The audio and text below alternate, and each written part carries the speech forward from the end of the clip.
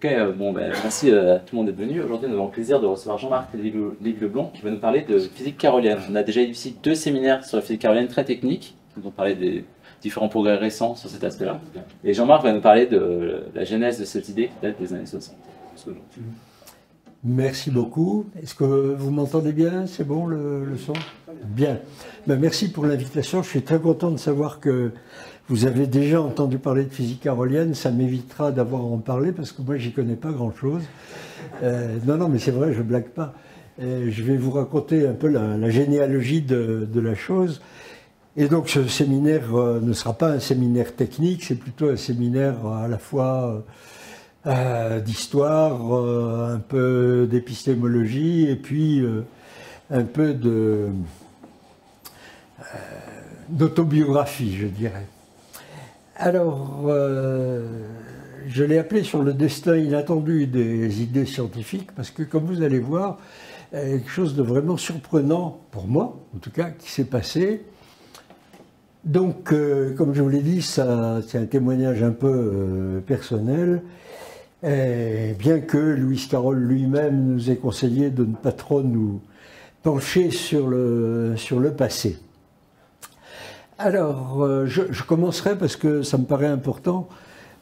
Aucun travail scientifique n'est jamais un travail individuel ni personnel, et donc il me semble important de rendre hommage à mes prédécesseurs, et je commencerai bien en amont par rendre un hommage à Paul Langevin, parce que Paul Langevin est souvent sous-estimé, alors que pour les questions qui vont nous préoccuper ici, c'est-à-dire les questions d'invariance, de théorie des groupes, de relativité, il a été vraiment un précurseur tout à fait étonnant, en ce sens que je n'hésiterai pas à dire pour ma part que dès les années 1910, il avait à certains égards mieux compris la relativité que Einstein lui-même. Et que, comme vous allez le voir dans la citation suivante, donc c'est un texte que je vous recommande de lire si ça n'est pas encore fait, de 1911, donc c'est très très tôt, il écrit ceci: c'est un fait expérimental que les équations entre grandeurs physiques par lesquelles se présentent de la même façon pour différents observateurs, divers systèmes de référence, en translation uniforme les uns par rapport aux autres. Ceci exige dans le langage des mathématiques que ces équations admettent un groupe de transformations correspondant au passage d'un système de référence à un autre en mouvement. Les équations de la physique doivent se conserver pour toutes les transformations du groupe.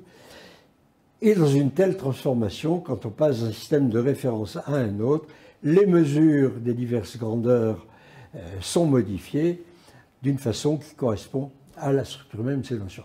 Et ça, c'est très en avance à l'époque. Einstein ne parle pratiquement pas de théorie des groupes, pratiquement pas d'invariance, et il faudra les décennies suivantes, essentiellement les années 30, pour que la théorie des groupes arrive au premier plan et qu'on conçoive son importance.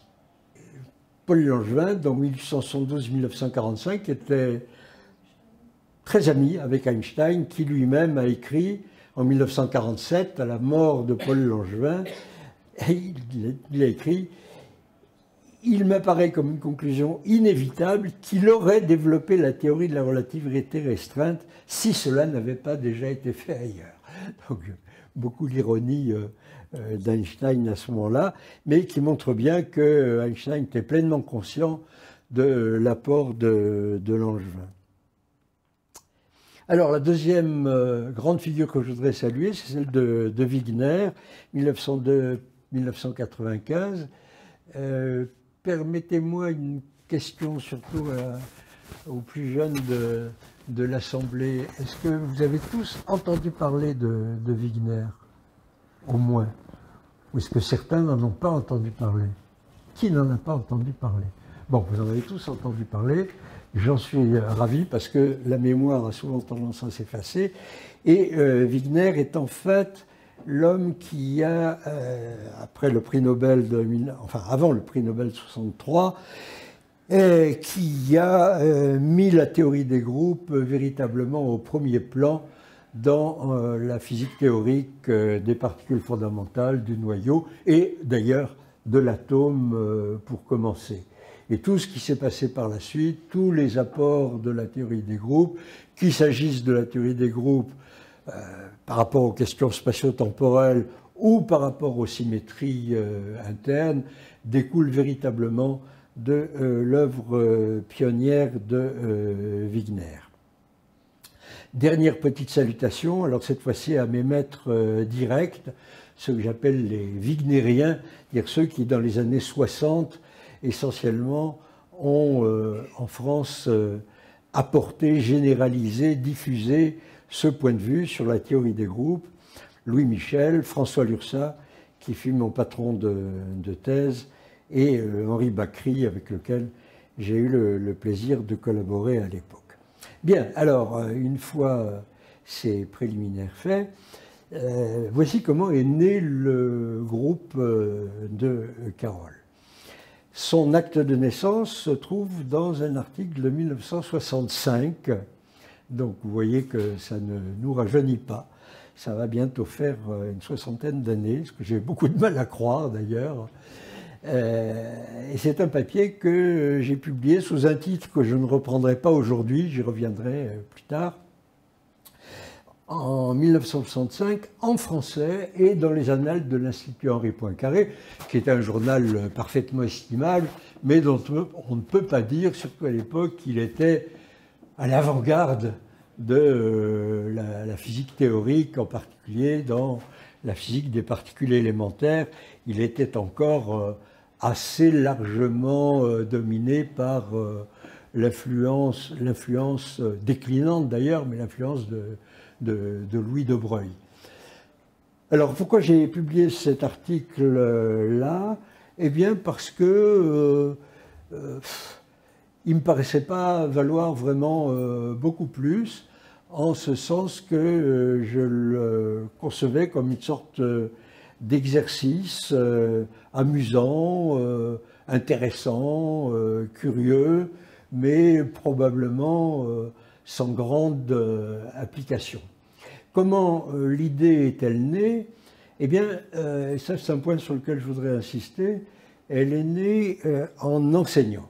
Je faisais des cours sur la théorie de la relativité et je me suis aperçu qu'il y avait un point qui était sous-jacent et qui n'était jamais, jamais véritablement explicité dans la façon de passer de la relativité einsteinienne à son approximation de basse vitesse, la relativité galiléenne. Et pour le voir, écrivons les transformations de Lorentz sous cette forme-là, où je prends la vitesse dite de la lumière comme unité, c'est égal 1, et voilà les transformations de Lorentz bien connues, avec une faute, une erreur typographique d'ailleurs, c'est pas gamma, c'est gamma égale 1 sur racine de 1 moins V2, vous aurez rectifié de vous-même. Alors, on dit souvent que ces transformations de Lorentz admettent une limite si la vitesse du passage entre deux référentiels est très petite devant 1, devant la vitesse limite, et que on obtient les transformations de Galilée. Encore faut-il ajouter, et c'est là le point crucial, quand on a pris ce choix canonique intrinsèque d'unité, que pour que l'on puisse négliger, comme vous le voyez, le second terme dans la seconde équation et pas le premier, il faut faire l'hypothèse que delta t est beaucoup plus grand que delta x. Autrement dit, qu'on s'intéresse à des intervalles qui sont grands de genre espace. Ce qui est le cas en général, on s'intéresse à des intervalles qui traduisent des influences causales, donc à l'intérieur du cône de lumière, et effectivement, quand on passe à des vitesses faibles, pour ce genre d'intervalle, on a delta t qui est beaucoup plus grand que delta x. Mais vous voyez que cette hypothèse a besoin d'être explicitée, car si jamais je m'intéressais pour des raisons x à une situation inverse, c'est-à-dire à des intervalles grands de genre espace, où delta t serait très petit devant delta x, alors à ce moment-là, c'est le deuxième terme de la première équation qui devient négligeable et pas le deuxième terme de la seconde, et on obtient des formules de transformation approchées qui sont fort différentes, delta x' égale delta x et delta t' égale delta t moins v delta x. Alors ces formules de transformation forment de façon tout à fait évidente un groupe dont on pourrait penser qu'il n'a strictement aucun intérêt physique puisqu'il s'intéresse à des intervalles grands de genre-espace, donc sans relation causale entre les événements qu'il lit. Et alors, c'est pour ça que je considérais à l'époque que ce groupe que j'avais mis à jour, mais qui était là d'une certaine façon, il était sous-jacent de façon évidente, n'avait pas un énorme avenir devant lui, mais qu'il était intéressant, un peu curieux, un peu paradoxal, parce que vous voyez que dans un changement de référentiel, l'intervalle spatial ne change pas. Autrement dit, deux événements qui ont lieu au même endroit auront lieu au même endroit dans tous les référentiels. Par contre, l'intervalle de genre-temps, lui, peut changer exactement comme vous le voulez. Donc, c'est effectivement pas du tout conforme à l'intuition que nous avons des événements dans la vie courante, et c'est ce paradoxe spatio-temporel, enfin ce paradoxe, cet aspect paradoxal qui m'avait amené à le baptiser groupe de Carroll, en hommage à Charles Dodgson, autrement dit Lewis Carroll, qui aussi bien dans Alice au pays des merveilles que dans, et plutôt même plus dans L'autre côté du miroir, explore toute une série de paradoxes spatio-temporels de ce genre-là. Bon, une autre façon de voir les choses, c'est de regarder dans l'espace-temps le cône de lumière. Donc voilà le cône de lumière dans l'espace de Minkowski, dont l'invariance conduit aux transformations de Lorentz, et une façon d'obtenir les transformations de faible vitesse habituelles, c'est la transformation de Galilée, consiste à faire dans les équations formellement la vitesse limite, c'est tendant vers l'infini. Je ne me place plus dans le système de d'unité où c égale 1, et donc si je fais tendre c vers l'infini, j'aplatis le cône de lumière sur le plan t égale constante, t égale 0, et ça me donne les transformations de Galilée, où cette fois-ci, le cône futur, c'est-à-dire la région causalement reliée à l'origine, envahit tout l'espace-temps, sauf peut-être le plan de simultanéité.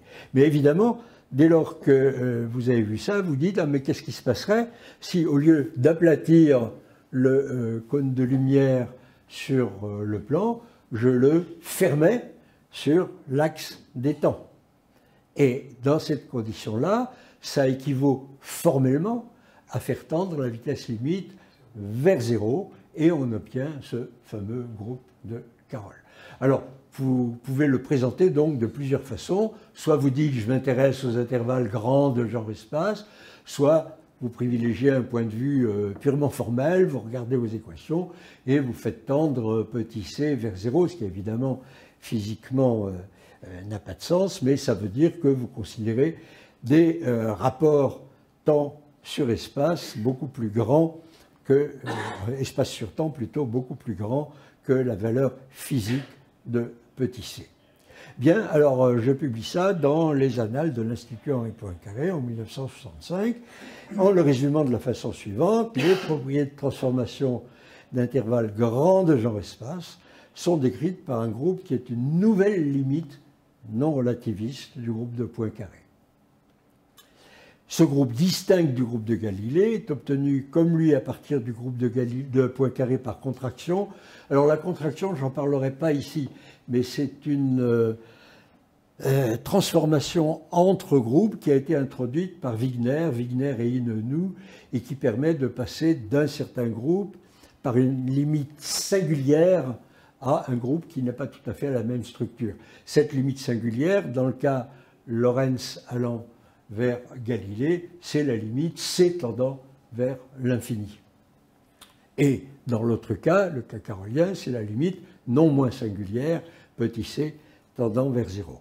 Alors j'étudie la structure du groupe, l'algèbre Lie, les formes de leur représentation unitaire et irréductible, tout ceci en copiant bêtement le travail que Wigner avait fait en 1939 sur le groupe de Lorentz, de Poincaré plutôt, Lorentz inhomogène, que Bergman, puis moi-même dans ma thèse, avions appliqué ensuite au groupe de Galilée. Donc ça se déroule sans aucun problème. Et je remarque que dans un univers qui aurait ce groupe d'invariance, la causalité serait pratiquement absente. Ben oui, parce que la zone causale de l'espace de Minkowski se réduit maintenant à l'axe des temps. Donc un événement ne peut influer causalement que là où il est, au point identique à lui-même. Il ne peut pas agir de façon causale sur d'autres points de l'espace-temps. Donc on se rend compte que la causalité est véritablement minimale dans un truc de ce genre-là, et que par conséquent, l'interprétation physique va être quelque peu douteuse. Et c'est pour ça que j'avais proposé de baptiser ce groupe de Carroll, en jouant évidemment sur Alice au Pays des Merveilles. Et je considérais à cette époque que les buts de l'article étaient essentiellement pédagogiques, c'est-à-dire permettre de mettre en évidence une condition de validité trop souvent implicite des transformations de Galilée par rapport aux transformations de Lorentz. Donc, essayer de bien expliquer aux étudiants, aux chercheurs, dans quelles conditions le groupe de Galilée acquérait sa validité. Donc, les buts de cet article, disais-je, sont essentiellement pédagogiques. Et je concluais que l'utilisation pratique paraît assez problématique. Et puis, petit clin d'œil, je disais que la physique théorique s'est montrée particulièrement accueillante à des groupes de toutes sortes et d'intérêt physique pour le moins douteux dans de nombreux cas. Et je n'avais pas trop de scrupules à mettre au jour ce cousin dégénéré du groupe de Galilée, du groupe de Poincaré. Bon, et alors, il se trouve, ça c'était une surprise qui m'est arrivée plus tard, cet article est publié en 1965, et il se trouve que l'année suivante, un article est publié dans une revue quand même un peu plus connue à l'époque, qui était le Nuocimento, en 1966 donc, par un collègue japonais qui publie un article qui s'appelle « Un analogue du groupe de Galilée ». Je ne connaissais pas Sengupta, Sengupta ne me connaissait pas, il n'avait pas vu mon article, et quand le sien est paru, donc quelques mois après le mien, je n'en ai pas eu connaissance. Et donc il y a quelque chose d'un peu étrange dans cette coïncidence spatio-temporelle, si j'ose dire, entre deux publications très proches l'une de l'autre. Et à la vérité, je ne sais pas à qui revient véritablement la priorité intellectuelle, puisque l'article de Sengupta avait été reçu par le Nuocimento en février 1965. Moi, j'ai oublié à quelle date précise je l'avais proposé aux Annales de l'Institut Henri Poincaré, mais ça se joue à quelques semaines près. Bon, cela dit, si on voulait vraiment se poser la question de la priorité, je suis intimement persuadé que ni Sengupta ni moi-même n'ont été les premiers à imaginer ce groupe et que d'autres théoriciens avaient joué le même petit jeu, puis s'étaient dit « ouais, bon, mais c'est pas très intéressant, c'est pas très important, ça vaut pas la peine que je le publie ». Donc si priorité il y a, la priorité proprement intellectuelle nous échappe à tout jamais, et la propriété de publication, eh bien, elle reste pendante. C'est pour ça que je tiens véritablement à citer l'article de Sengupta. Alors, il se trouve que l'une des raisons qui ont fait que pendant très longtemps, mon article a été cité, fort peu au début, comme vous allez le voir, mais qu'il est resté, qu'il a été cité plus souvent, assez nettement plus souvent que celui de Sengupta, c'est probablement le fait que j'ai eu un petit coup de com en l'appelant le groupe de Carroll. Ça a joué, manifestement, c'était un bon coup de pub, alors que chez Sen-Gupta, il n'y a rien, un analogue du groupe de Galilée, etc. Comme quoi, la façon dont on dénomme les choses n'est pas sans intérêt ni sans importance. Alors, peut-être je voudrais revenir légèrement en arrière sur des questions de terminologie, un petit excursus terminologique. Parce que si c'était possible, je changerais le titre de cet article qui s'appelait, comme vous l'avez vu, une nouvelle limite non relativiste du groupe de Poincaré. Eh bien, il me semble que cette épithète de non relativiste, nous devrions la bannir de façon absolue. Pourquoi? Parce que les dictionnaires vous disent non relativiste, qui ne se réfère pas ou ne repose pas sur la théorie de la relativité, implicitement ou explicitement, la théorie de la relativité restreinte. Le terme n'apparaît sous cette forme-là que vers 1930, en vérité. Mais le problème, c'est que nous savons aujourd'hui que le principe de relativité, il est compatible avec plusieurs théories spécifiques de la relativité. Ben oui, celle de Lorentz, Einstein, Poincaré, etc., mais aussi celle implicite de Galilée et de Newton.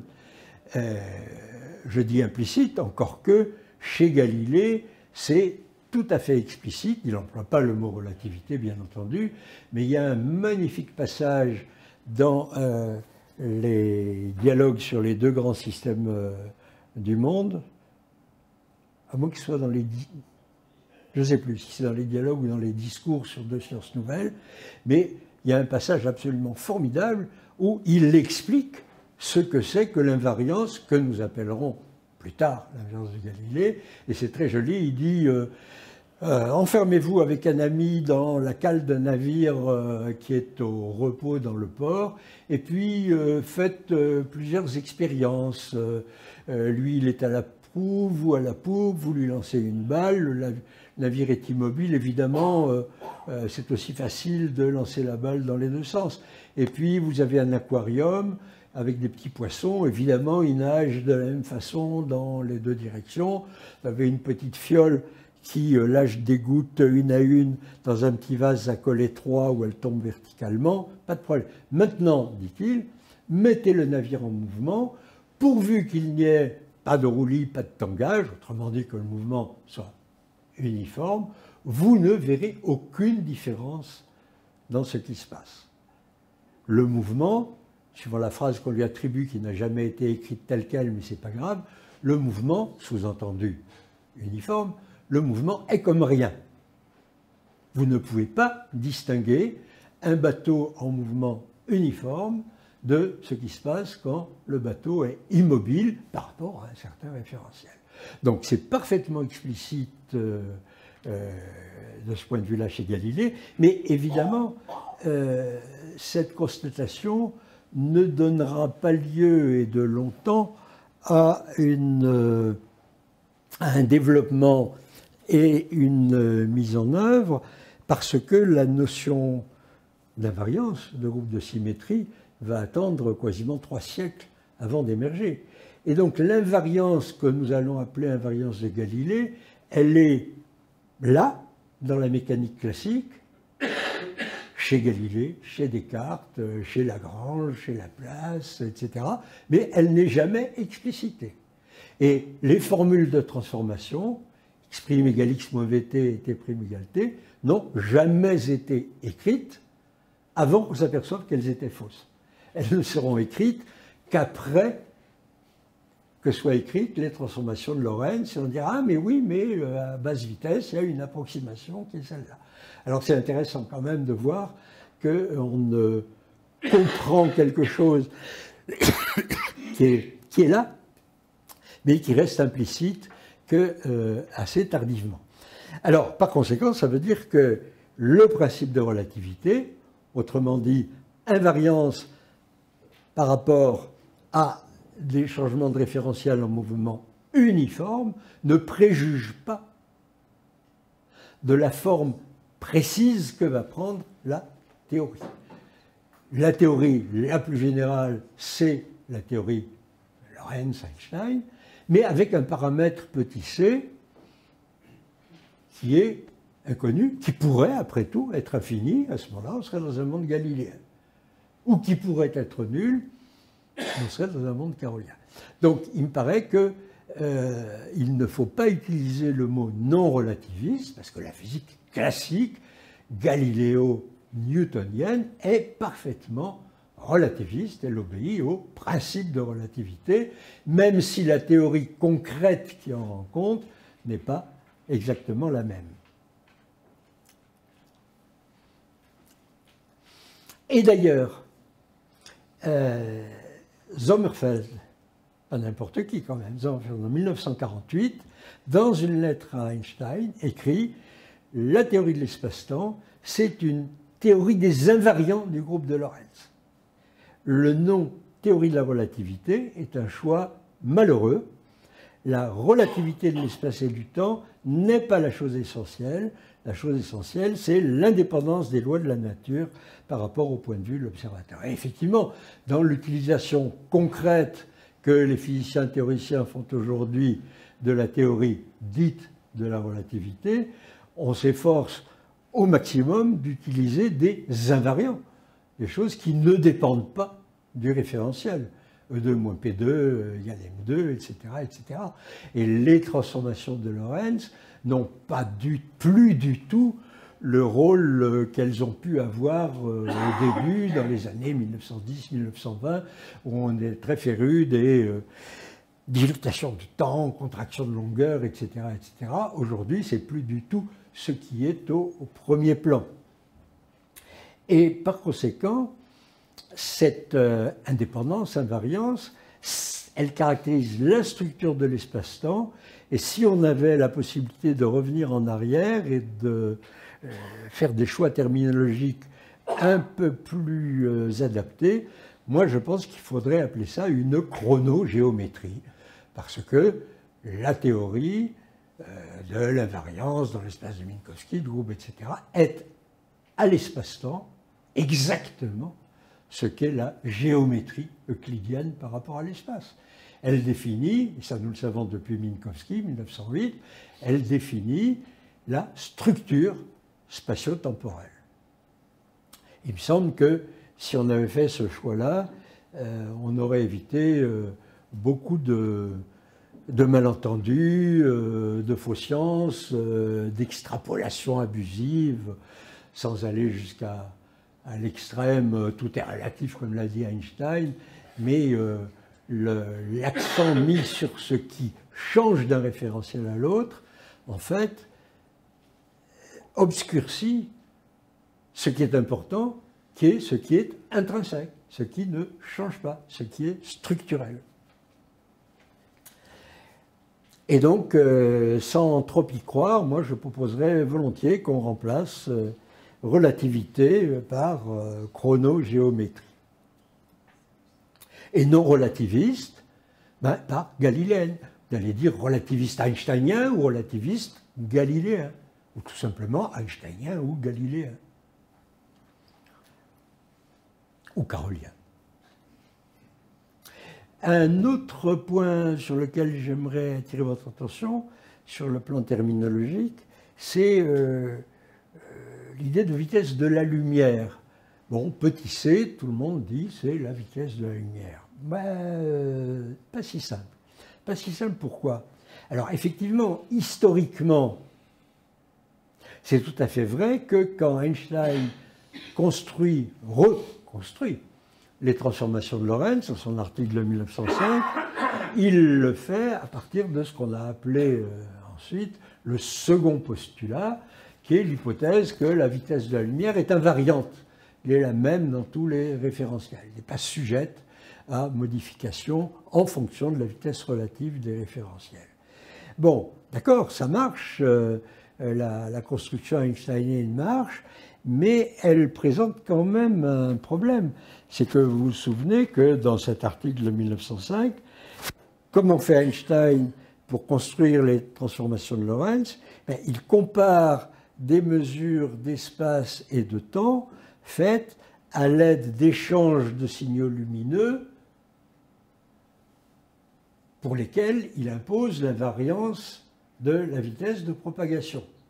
Et il s'aperçoit à ce moment-là que s'il veut comparer des mesures d'espace et des mesures de temps avec une procédure empirique de mesure, eh bien, il faut relier les intervalles d'espace et de temps mesurés dans l'un et l'autre par les fameuses transformations de Lorentz. Très bien, parfait, mais plusieurs problèmes.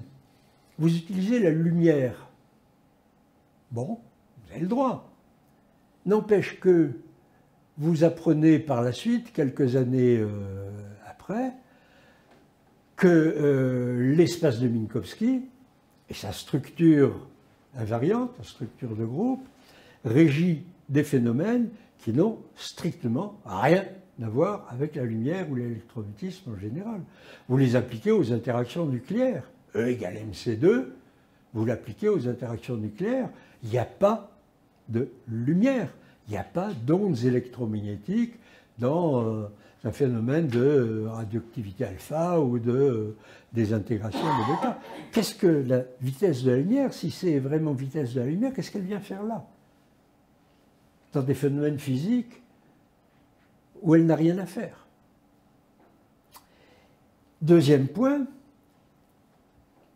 on peut, et c'est connu depuis très longtemps, plus d'un siècle maintenant, on peut construire le groupe de Lorentz, et donc les fameuses transformations, sans recours au second postulat, en exploitant pleinement les axiomes de la structure de groupe. Et ça a été montré très tôt.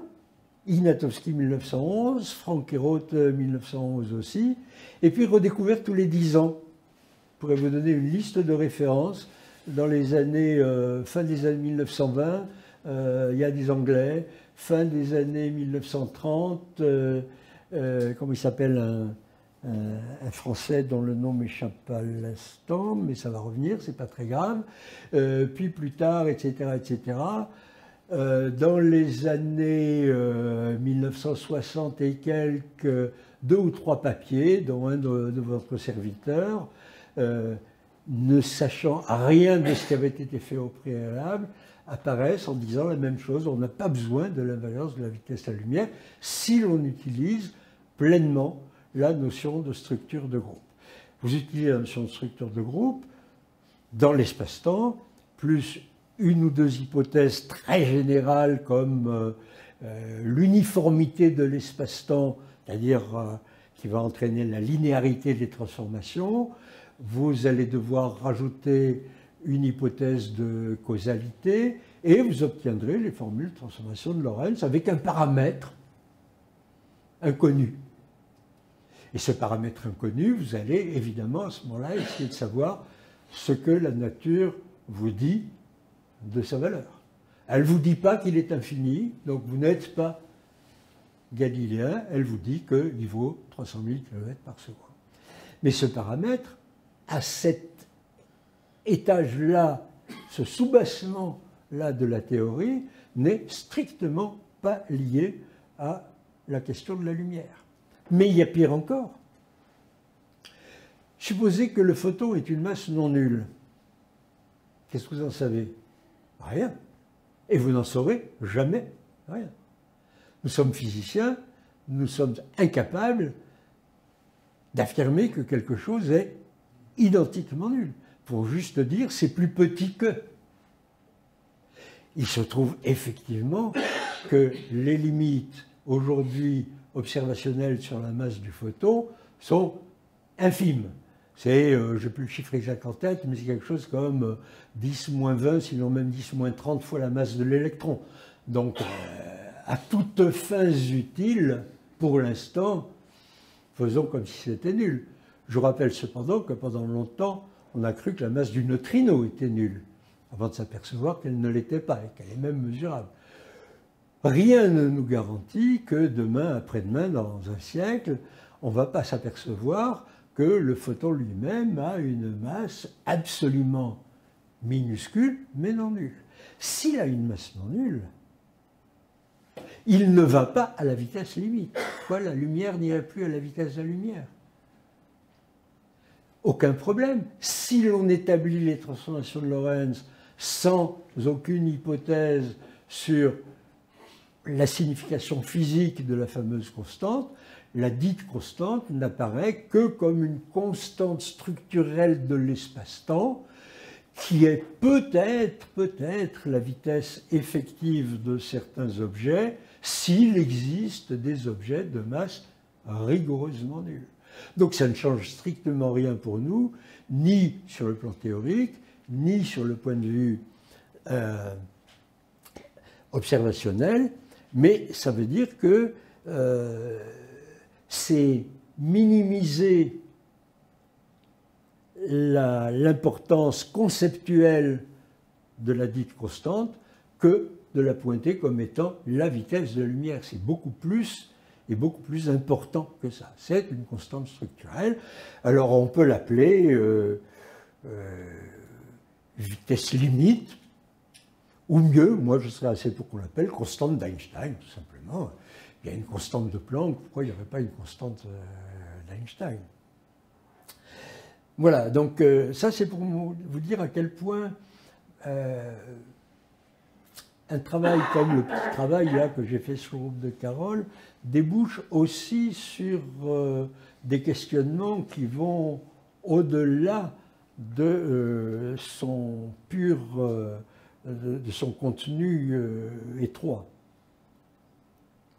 Alors là je vais passer, parce que je ne voudrais pas parler de contraction de groupe, ici, ce serait trop long. C'est aussi un long. Voilà. Alors, mais pourquoi j'insiste là-dessus? Pourquoi, après tout, puisque quand on dit vitesse de la lumière, on sait ce dont on parle, on sera tous d'accord sur les équations, on ne se chipotera pas, oui, E égale MC2, gamma égale 1 sur racine de MC2, il n'y a aucun problème. Quelle importance cela a-t-il de travailler sur les mots alors que nous sommes d'accord sur les formules? Vous savez d'ailleurs, de ce point de vue-là, sur la question du formalisme, vous connaissez la fameuse citation de Hilbert qui se faisait l'avocat d'une axiomatisation absolue des mathématiques au détriment du langage, et qui disait, après tout, on pourrait très bien faire de la géométrie plane, la géométrie euclidienne, en utilisant des mots comme tabouret au lieu de plan, panne de bière au lieu de point, et je ne sais plus quoi au lieu de ligne, pourvu que les axiomes qui relient ces notions soient les bons. Je ne suis pas sûr qu'il prenait lui-même très au sérieux cette affirmation. En tout cas, je pense qu'elle est très dangereuse parce qu'elle équivaudrait à faire comme si il était possible d'instaurer une sorte de césure entre le formalisme, les équations, les symboles, etc., qui contiendrait l'ensemble de la signification de nos théories, d'un côté, et puis le langage ordinaire avec lequel, plus ou moins bien, on le transcrit. Or, ceci n'est pas vrai, c'est évidemment pas vrai. Nous parlons tous la même langue, il n'y a pas de langage scientifique. Il n'y a pas de langage scientifique. Il y a une terminologie, bien sûr, mais comme dans tout métier spécialisé. Il y a un jargon, il y a des mots spécialisés, mais la langue que nous pratiquons, il suffit de lire les articles de physique, qui sont en anglais ou en français, qui sont écrits dans la langue vernaculaire. Il y a une scène tout à fait intéressante à cet égard dans un film de Hitchcock, qui n'est pas un de ses meilleurs de loin, qui s'appelle Le Rideau déchiré. Quelqu'un a vu The Torn Curtain? c'est un film de guerre froide et d'espionnage. Et bon, c'est pas absolument génial. Et c'est un film dans lequel un savant américain est embauché par la CIA pour aller au-delà du rideau de fer, essayer d'extraire un savant est-allemand qui aurait fait des avancées notables en matière, vous l'imaginez, de physique nucléaire et d'armement. Et il y a une scène tout à fait étonnante où les deux savants se rencontrent, en Allemagne de l'Est donc, et où le savant américain qui est joué par, comment il s'appelle, un des grands acteurs, pardon, par Paul Newman, merci, où le beau Paul Newman, avec ses magnifiques yeux bleus, essaye d'extraire des informations de son collègue allemand. Et la scène est tout à fait étonnante parce qu'ils sont tous les deux devant le tableau noir.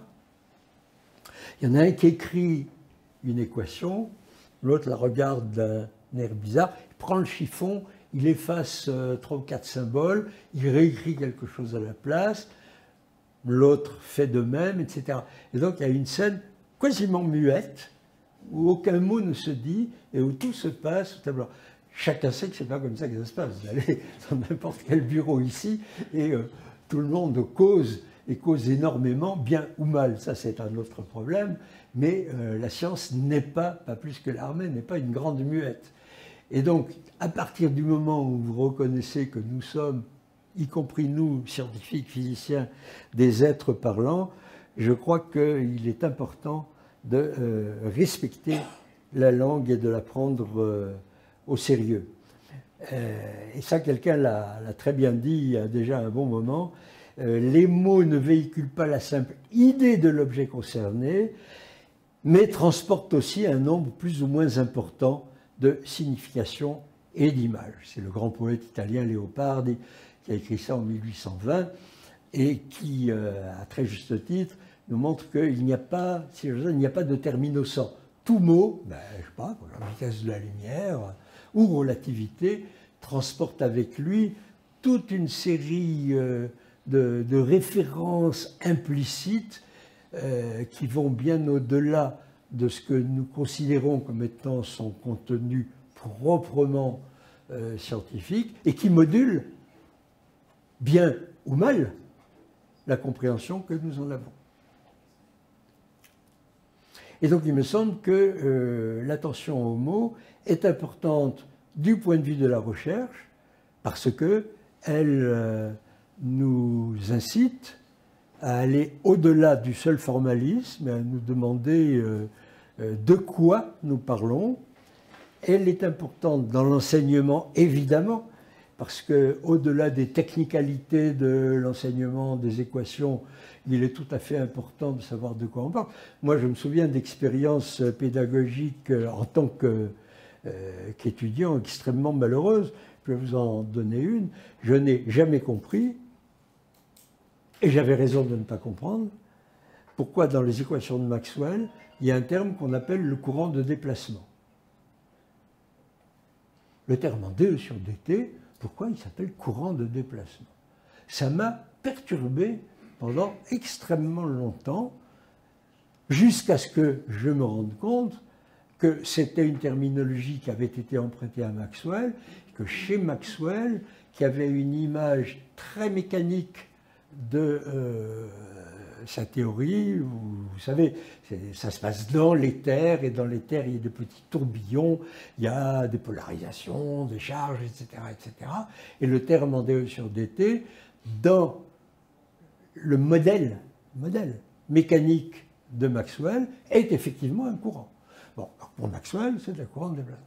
Mais du point de vue moderne, quand on a en tête l'idée d'une théorie des champs, il n'y a plus d'éther, il n'y a plus de petits engrenages, il n'y a plus de tourbillons, etc. Il y a du champ. Mais le terme en dE sur dt, c'est un terme de champ comme le terme en dB sur dt, et pas un courant de déplacement.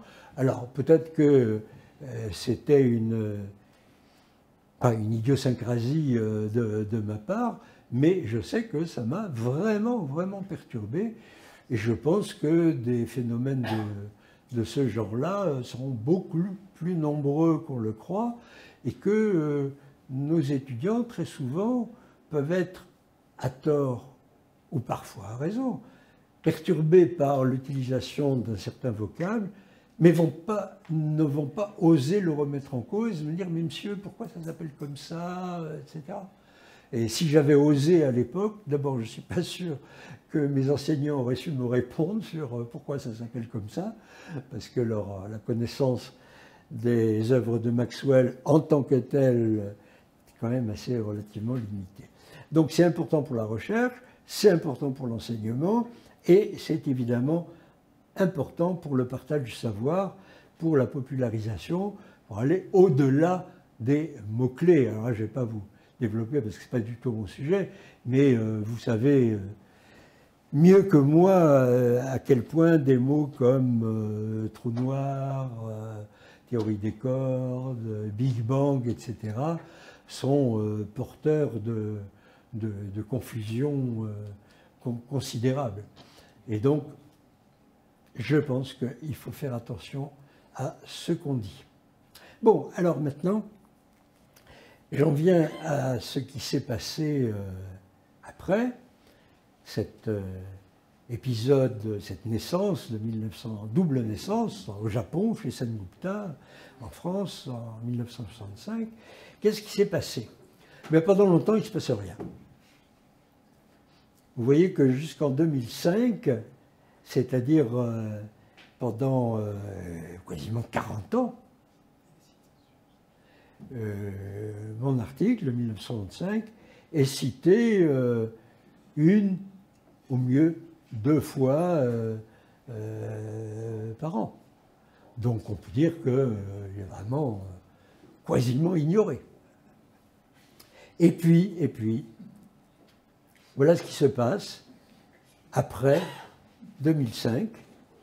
Vous avez une espèce d'explosion qui commence et vous voyez que aujourd'hui il y a plus de 400. Alors évidemment, c'est une petite industrie, mais c'est une petite industrie aujourd'hui. Il y a quand même des dizaines et des dizaines de chercheurs qui travaillent sur la physique carolienne et dont malheureusement, il n'y en a que 25%, moi je souhaiterais qu'il y en ait 100% qui mentionnent aussi l'article de Sen-Gupta. Et vous voyez que la courbe est vraiment exponentielle. Là, en 2023, elle a largement dépassé les limites de l'épure, et en 2024, elle est encore plus grosse. Alors ça, vous comprenez que pour moi, ça a été une surprise absolument incroyable de voir 40 ans après un papier dont je n'étais pas mécontent, c'était un petit papier comme ça, acquérir tout d'un coup une notoriété absolument inattendue. Donc de 65 à 2000, 1 à 2 citations par an, dans une vingtaine de journaux, qui sont des journaux en général plutôt de physique mathématique abstraite, qui concernent, oui, la théorie des groupes, la relativité, l'électromagnétisme, et des sujets très généraux, très globaux. Et puis 2000, après, avec une accélération après 2010, eh bien, on retrouve des citations, cette fois-ci, dans, par exemple, le journal de physique des hautes énergies, Classical and Quantum Gravity, Journal of Cosmology and Astroparticles, etc., etc. Et cette fois-ci, il est question de choses beaucoup plus concrètes, mais enfin, puisque vous avez eu des séminaires là-dessus, vous le savez, question de relativité générale, de théorie des champs, de gravitation, de cosmologie, avec des mots-clés comme structure conforme, espace-temps symplectique, géométrie de clair-temps, symétrie denticitaire, etc., etc. Un exemple tout récent, en 2024, là, c'est un préprint, où les auteurs, dès le début, explicitent le fait que les symétries caroliennes, alors ils donnent la référence à nos 2 papiers, Sen-Gupta et OM, ont été pendant longtemps ignorés, jusqu'à ce que leur omniprésence soit reconnue. Ils donnent une série de références en relativité générale, etc., etc. Et évidemment, tout ceci s'accompagne d'une activité collective non négligeable, un atelier à Vienne en 2022, un deuxième atelier toujours en 2022 à l'Université de Mons, un troisième à Thessalonique en 2023 et un autre en 2024. Donc c'est, comme je le disais, une petite, hein, mais c'est devenue une petite industrie. Alors, pourquoi quand on regarde ces papiers-là, dans le détail desquels je ne vais pas rentrer, parce que comme je l'ai dit, je n'y comprends pas grand-chose dans la plupart des cas, mais parce que si on y réfléchit bien, après tout, quand vous vous intéressez à la limite galiléenne de l'invariance einsteinienne, c'est que, comme j'ai déjà dit au début, vous vous intéressez à des intervalles qui sont grands de genre temps. Puis vous pourriez dire, oui, mais les intervalles de grand de genre espace, ils n'ont pas de contenu causal, donc ils ne sont pas intéressants. C'est pas vrai, ça. Intervalle grand de genre espace, oui, d'accord, ils relient des points de l'espace-temps qui ne sont pas causalement reliés, mais qui existent, ils sont là. Et donc, si vous voulez explorer l'espace-temps en général, toute la partie extérieure au cône de lumière, vous ne pouvez pas faire comme si elle n'existait pas. Et donc, de même que l'approximation galiléenne vous permet de regarder de très près ce qui se passe à une bonne approximation proche de l'axe des temps, eh bien, l'approximation carolienne vous permet de regarder ce qui se passe très loin dans l'espace-temps, et elle a donc une grande importance asymptotique. Par exemple, le groupe Bondi-Metzner-Sachs, qui explore les propriétés asymptotiques des variétés de genre espace, et qui a été mis au point d'ailleurs avant le groupe de Carroll, retrouve des propriétés importantes à cet égard. Donc finalement, ce n'est pas si surprenant ni si étrange que le groupe de Carroll, et grâce probablement entre autres à ma petite astuce de communication, ait trouvé un certain intérêt. Alors, le propos de deux mots, un peu de généralisation, 2-3 années après, avec Henri Bakri, j'ai fait un papier dans Journal of Mathematical Physics qui s'appelait Possible Kinematics et qui tentait de répondre à la question suivante. Bon, alors on a le groupe de Lorentz dans l'espace de Minkowski, c'est très bien. Ah, il a une approximation cohérente et intéressante qui est le groupe de Galilée. Ah oui, mais il en a une autre qui est intéressante aussi, qui est le groupe de Carroll. Est-ce qu'il y en a beaucoup des groupes d'espace-temps cohérents permettant de décrire des espaces-temps non minkowskiens, mais qui auraient une structure raisonnable, etc. Et donc, on s'est attaqué à ce problème-là avec Bakri, avec des outils relativement élémentaires de théorie des groupes, plus précisément d'ailleurs d'algèbre de Lie, et nous avons abouti à ce tout à fait joli diagramme suivant, dans lequel nous avons montré qu'en fait, avec des hypothèses extrêmement générales du genre uniformité de l'espace-temps, c'est-à-dire structure linéaire, plus invariance par renversement, invariance par parité, invariance par renversement du temps, eh bien, on avait une restriction discrète très forte des structures possibles, avec des relations liées à la fameuse contraction des groupes dont je n'ai pas parlé, avec un groupe qui est le groupe le plus général, qui est le groupe de De Sitter dans l'espace-temps, et puis qui a des approximations, en particulier le groupe de Poincaré, lequel a des approximations qui sont le groupe de Carroll et le groupe de Galilée. Je ne commente pas les autres, mais vous voyez qu'on a une structure qui est très simple, très satisfaisante, et qui évite de se dire « Ah, mais il y a peut-être des choses beaucoup plus compliquées que le groupe de Lorentz, et si jamais on trouvait que la relativité einsteinienne a des limites, est-ce qu'il ne faudrait pas recourir à des structures de groupe beaucoup plus complexes ?» La réponse, c'est pas dans cette direction-là qu'il faudrait chercher. Et on avait été très heureux, quelques années après, de voir que ce papier avait été repéré par Freeman Dyson, rien moins, un grand honneur d'être cité par Dyson, dans un papier que je vous recommande très vivement, qui dépasse très largement le cadre dans lequel je suis en train de parler, qui s'appelle Missed Opportunities, paru dans American Mathematical Society en 1972, et c'est les lectures Gibbs, et dans lequel, en 8 paragraphes, Dyson met en évidence des occasions manquées dans l'histoire de la physique théorique.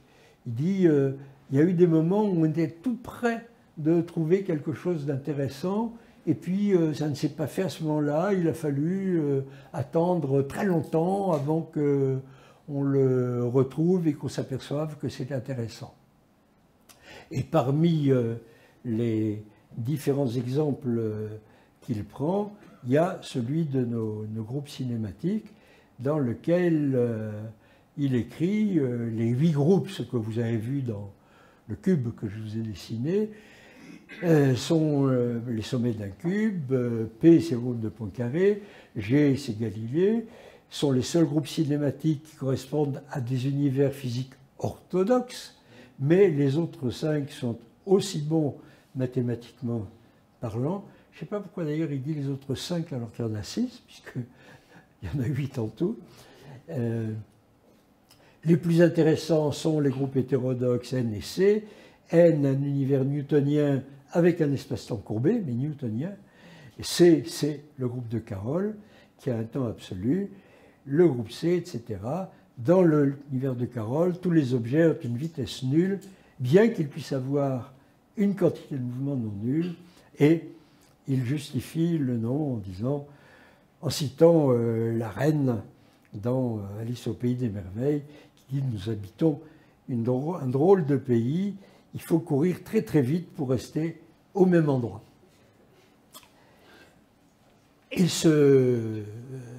cet article, donc Possible Kinematics, a connu une fortune semblable à celle du papier sur le groupe de Carroll, un peu mieux, il était honnêtement cité dans les années qui suivaient, mais lui aussi, il est en voie d'expansion bien au-delà des limites de cette épure-là. Alors, quelques conclusions, parce que tout ceci n'est pas fait, vous vous en doutez, bien que ça soit très gratifiant, n'est pas fait pour que je tire la couverture à moi. Si je vous en parle aujourd'hui, c'est parce qu'il me semble que ça a une portée qui dépasse très largement ce cas particulier. Et donc, quelques conclusions. La première étant la suivante. Le rythme de la science moderne n'est pas toujours fast and furious. Il est vrai que si vous prenez les articles, la grande majorité des articles publiés aujourd'hui dans la littérature primaire, vous vous apercevez que la bibliographie est concentrée sur les 3, 4, 5 dernières années en règle générale. Et qu'il est très rare que l'on cite des articles plus anciens. Alors évidemment, il y a des articles beaucoup plus anciens qui sont devenus tellement classiques, qui font partie du bagage. Personne ne va s'amuser à citer l'article d'Einstein de 1905, parce qu'il fait partie de la connaissance courante. Mais pour des articles qui n'ont pas atteint, parce qu'ils ne sont pas suffisamment importants, ce niveau de notoriété, eh bien, il est très rare que l'on cite des articles ayant plus d'une dizaine d'années. Et là, vous avez un exemple intéressant où un article peut être cité 50 ans après, parce qu'il n'a pas été connu suffisamment à l'époque.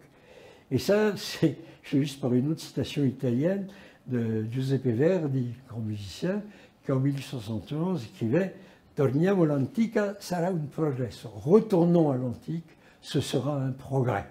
Et je trouve que cette idée du progrès que peut matérialiser un retour vers le passé, c'est un peu, vous savez, comme dans les bus, quand il y a beaucoup de monde, où le conducteur dit « Avancez vers l'arrière, s'il vous plaît ».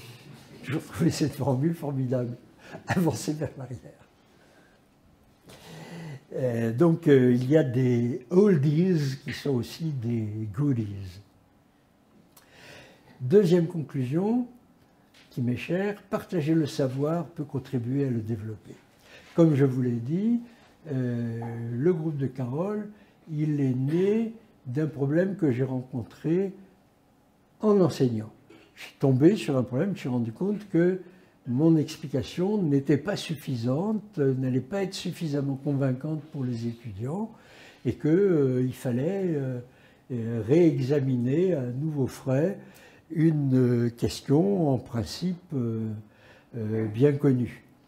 Et ça, citation pour citation, encore une italienne, c'est Casanova qui a écrit un très beau livre de science-fiction que je vous recommande, qui s'appelle L'Icosaméron, qui est un livre formidable parce que c'est un livre où il décrit, alors c'est un conte philosophique, comme beaucoup à l'époque, où il décrit une civilisation totalement étrangère, non pas extraterrestre, comme par exemple Voltaire dans Micromégas, quand il convoque des extraterrestres, etc. Non, Casanova fait mieux que ça, il convoque des intraterrestres. C'est-à-dire qu'il a une théorie qui est un vieux mythe d'ailleurs, hein, le vieux mythe de la Terre creuse, etc.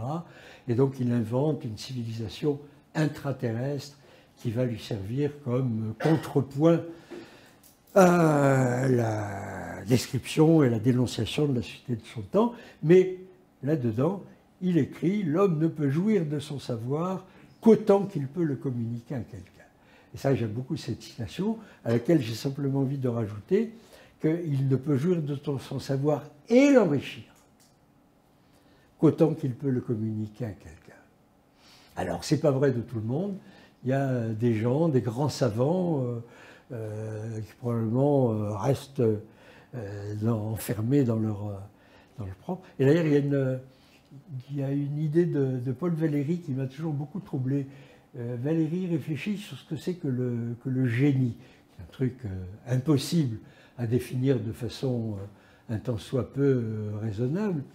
Mais il aimait l'idée suivante. Il dit, oui, il y a les grands génies de l'humanité, dans tous les domaines, de Homère à Einstein, en passant par Newton, Bach, etc., etc.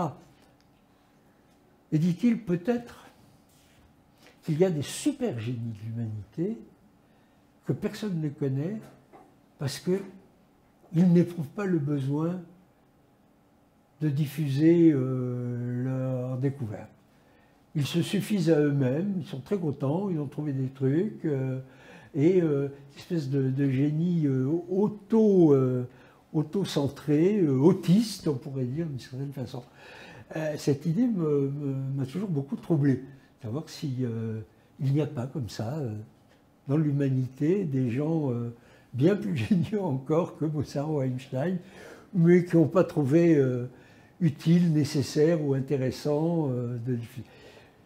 Je n'y crois pas trop, la société étant ce qu'elle est, mais ça vaut peut-être la peine d'y réfléchir. Troisième conclusion que j'ai déjà évoquée, il me semble que le langage doit être pris au sérieux, comme, et Lewis Carroll, encore une fois, le dit, quand j'utilise un mot, dit Humpty Dumpty, un ton méprisant, il signifie juste ce que je veux qu'il signifie, ni plus ni moins. Mais, dit Alice, la question c'est, est-ce que vous pouvez faire en sorte que les mots puissent signifier tant de choses différentes? Et la question, répond Humpty Dumpty, est, qui en est le maître? Qui est le maître des mots? Et il me semble que c'est une très bonne question et que nous devons effectivement faire un effort pour garder la maîtrise des mots. Mais garder la maîtrise des mots, contrairement à ce que Humpty Dumpty dit au début, ce n'est pas faire en sorte qu'il signifie n'importe quoi, ce que je veux dire, c'est faire en sorte, au minimum, qu'il puisse garder une pluralité de sens. La polysémie du langage me semble absolument nécessaire. Alors, évidemment, en termes scientifiques proprement dit, à l'intérieur du formalisme, un mot signifie une chose et une seule. Quand vous dites un groupe de transformation, ça répond à certains axiomes bien définis.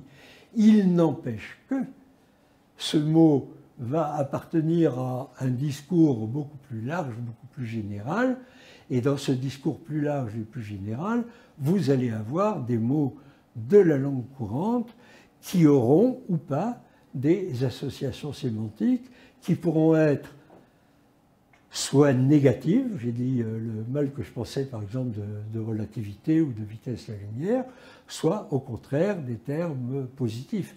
Et alors si j'avais le temps ou une autre fois, je pourrais développer ce point de vue à partir en particulier de la terminologie de la théorie quantique qui est, me semble-t-il, totalement envahie de termes impropres qui nous ont longtemps et encore aujourd'hui empêché de comprendre ce dont il est question, non seulement pour les profanes, mais même pour nous-mêmes.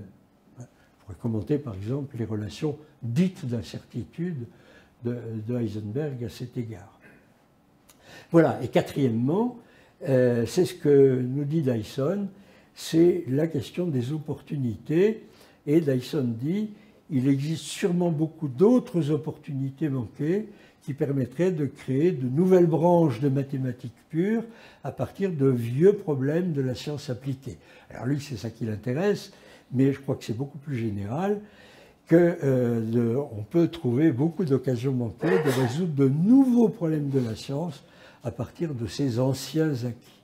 Et là, il y a à la fois un paradoxe et peut-être en même temps une opportunité, justement, qui est que nous avons maintenant, depuis quelques années, un accès potentiel à, je ne dirais pas tout, mais une énorme partie du patrimoine intellectuel, culturel et scientifique accumulé. Trouver des articles de revues scientifiques du milieu du XIXe siècle, vous n'avez pas besoin de vous déplacer dans la bibliothèque de l'Institut des sciences, des trucs comme ça. Vous pouvez y avoir... Alors, tout n'est pas en ligne, certes, mais il y a, j'en suis persuadé, des mines qui ne demandent qu'à être exploitées.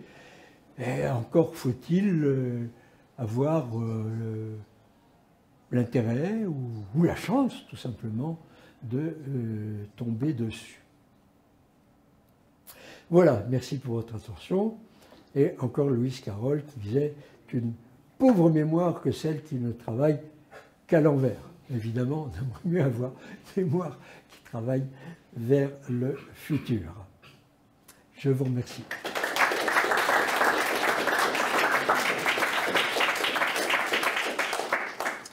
Des questions? Parce qu'on sait peut-être de leur conseil dans la salle. C'est-à-dire qu'il y a des questions en ligne. Est-ce qu'il y a des questions dans la salle? Non? Eh bien, sinon, on continue. Il y a une question de Thibaut Damour. Et une de Jordan. Oui, merci Jean-Marc pour ce très bel exposé. Une petite remarque d'abord. Einstein, dans son article fondateur de 1905, dit tout de même explicitement qu'il compose les transformations et qu'elles forment un groupe et qu'elles devaient... il fallait qu'elles forment un groupe. Juste. La notion de groupe était déjà dans... Bien sûr, mais ça Poincaré l'avait déjà dit. Oui, mais c'est indépendant, non? Je veux dire, il n'y a pas de preuve du tout qu'Einstein ait lu Poincaré, oui. Et je veux dire, Bon, en tout cas, c'est d'accord. Mais ma question principale, c'est tu ne t'es pas posé la question de savoir qui avait relancé, pourquoi aujourd'hui il y a tant de conférences caroliennes, qu'est-ce qui a lancé ça? J'ai l'impression, la référence la plus récente que je connais là-dessus, c'est un travail de Mark Hainaut de 1979, qui est lié à la gravité et qui est lié aussi à BKL, à Belinsky-Relatnikov-Lifshitz, c'est-à-dire, c'est une situation physique au voisinage d'une singularité, de Big Bang, de Big Crunch, où effectivement, il n'y a pas d'interaction qui se propage dans l'espace, mais le cône de lumière se réduise à une ligne. Et je crois, je ne sais pas si c'est ça, mais ça serait intéressant de savoir ce qui a lancé la mode de la physique carolienne. Moi, je pense que tu as raison. Je ne sais pas si Hainaut est Hainaut et ses collaborateurs d'ailleurs. Hein. Le seul. Et Teitelbaum pour, mais il y a un article d'Hainaut de 79 seul. Oui. Mais absolument, il a joué un rôle non négligeable dans cette affaire-là, mais son papier est resté relativement singulier pendant très longtemps, avant le début des années 2000, où tout ça est reparti. Absolument. Ouais. Faire une brève remarque sur le fait que dans cette limite, c'est envers zéro, avec le cône de lumière entièrement resserré. Le problème, c'est que ça n'a plus de sens de parler de changement de référentiel non plus, parce qu'en fait, il n'y a plus de vitesse possible, puisque évidemment, tout est figé. Donc, parler d'invariance par changement de référentiel, quand on vient de tuer la notion de référentiel, puisque V est plus petit que C, qui est 0, donc il n'y a pas de vitesse. C'est pour ça que, en fait, les choses sont figées. On ne peut influencer que là où on est, évidemment, parce qu'on ne peut pas aller ailleurs, rien ne peut aller ailleurs, il n'y a pas de signal qui se propage, et donc il n'y a pas de référentiel non plus, en fait. La notion est morte, donc parler d'invariance par référentiel, par changement de référentiel... Mais non, c'est pas tout à fait vrai, elle n'est pas morte, la preuve c'est que le temps change, T' égale T moins V... Oui, mais qu'est-ce qu'on appelle référentiel? Qu'est-ce qu'on appelle vitesse? Non mais je suis d'accord, mais tu as formellement un changement de coordonnées. Hein. Alors, une remarque cependant, C tend vers 0, mais V sur C reste fini. Alors oui, si C tend vers 0, V tend vers 0, mais le rapport V sur C reste fini. Oui, mais le point, c'est que rien ne peut passer d'un point à un autre. Ah, on est bien d'accord. Donc, effectivement, c'est une limite, mais en fait, disons de le relier à la notion d'invariance par changement de référentiel me pose un peu problème. Oui, moi aussi. Hein. ça nous pose problème parce que l'idée que nous avons de changement de référentiel est associée à ce que nous savons des changements de référentiel dans l'espace-temps, qu'il soit einsteinien ou galiléen, je suis bien d'accord. Mais je ne serais pas contre... si vraiment c'était nécessaire, le fait de changer de terminologie, si tu veux. Mais formellement, tu as des équations de transformation avec un changement de coordonnées. Et alors justement, en fait, donc ce groupe carolien là, il s'écrit, enfin si on change x en t, c'est le groupe de Galilée en fait, dans les deux équations que tu as montrées au début. Delta t prime égale delta t, ça devient delta x prime égale delta x.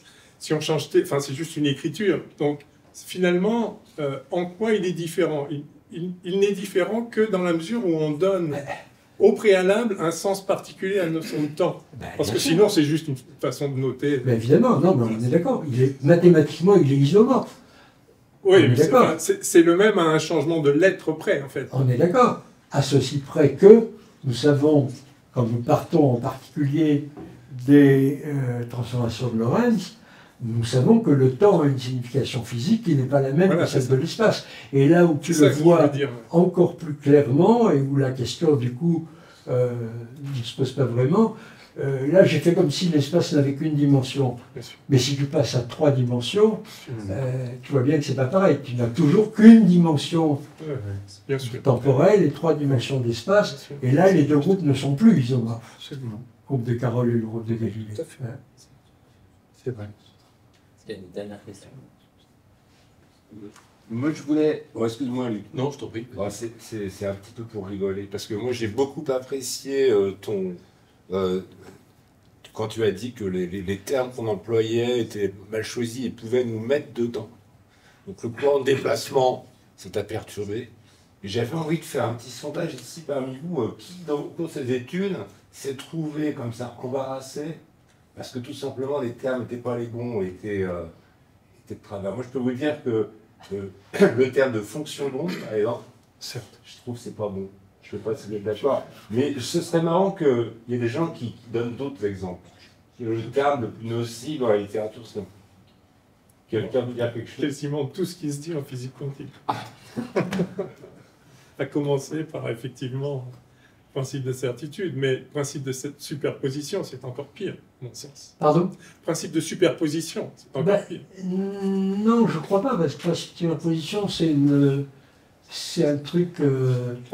c'est une terminologie formelle, elle ne convoque pas vraiment une représentation Si, mentale. parce qu'après on se dit un électron peut être en 2 endroits à la fois, ce qui n'a pas le moindre sens. Ce genre de, parce que c'est superposé, il y a des situations superposées. Le mot superposé convoque des choses. Non. Moi, quand j'enseigne la physique quantique, je parle de principe de composition, de combinaison, parce que c'est une combinaison linéaire au sens. D'accord. Mais personnellement, superposition, je vois aussi chez les étudiants que ça éveille une idée qui est profondément fausse. J'accepte les point de vue. En tout cas, pour aller dans ton sens, je crois qu'il est très important, quand on parle de physique quantique, de dire que le principe de superposition et de composition consiste à ajouter 2 vecteurs d'état. Ce plus n'est pas un et. Absolument. L'électron n'est pas à la fois là et là. Hein, et le plus de l'addition vectorielle des états n'est ni un ou ni un et. C'est la clé de tout. Dernière question. J'aurais une question générale. Vous avez mentionné à un moment le groupe, disons, Bondi, Metzner, Sachs, qui est effectivement la surface à l'infini, après une transformation conforme, a effectivement une géométrie carolienne. Mais quand on sait ça, on a envie de se dire so what? Et ma question générale, c'est y a-t-il un exemple que vous pourriez citer dans lequel l'interprétation en termes de géométrie carolienne a apporté un plus à la physique ou a permis de résoudre quelque chose en physique? Je vous renvoie la question parce que je suis incapable d'y répondre. Je ne sais pas. Je ne sais pas. Moi, je constate et je ne suis pas rentré, comme je l'ai dit, dans les détails de toute cette industrie carolienne dont, après tout, peut-être qu'elle va péricliter très vite comme beaucoup d'autres sujets à la mode et qu'on n'en parlera plus dans 10 ans. C'est possible, hein, j'en ne fais pas une affaire. Hein. Donc, c'est une très bonne question. Merci de l'avoir posée. Merci si quelqu'un... J'aurais une anecdote aussi. Mais ah bah vas-y. Non, c'est parce que vous avez mentionné le très bon film d'Hitchcock, Le Rideau déchiré, dans lequel il y a un physicien américain joué par Paul Newman qui va en Allemagne de l'Est discuter avec le physicien est-allemand. Et effectivement, je me suis aussi fait la réflexion que Hitchcock n'a jamais vu 2 scientifiques interagir. Parce qu'ils sont... Mais il y a aussi un aspect que Hitchcock n'a pas du tout compris, c'est que dans le film, le gentil, c'est le physicien américain. Qui va discuter avec son collègue est-allemand qui est le méchant. Mais en fait, c'est le physicien américain qui essaye de voler des secrets découverts par l'allemand. Et moi, ça, pour moi, c'est le gentil. Absolument. Absolument. Merci à Jean-Luc.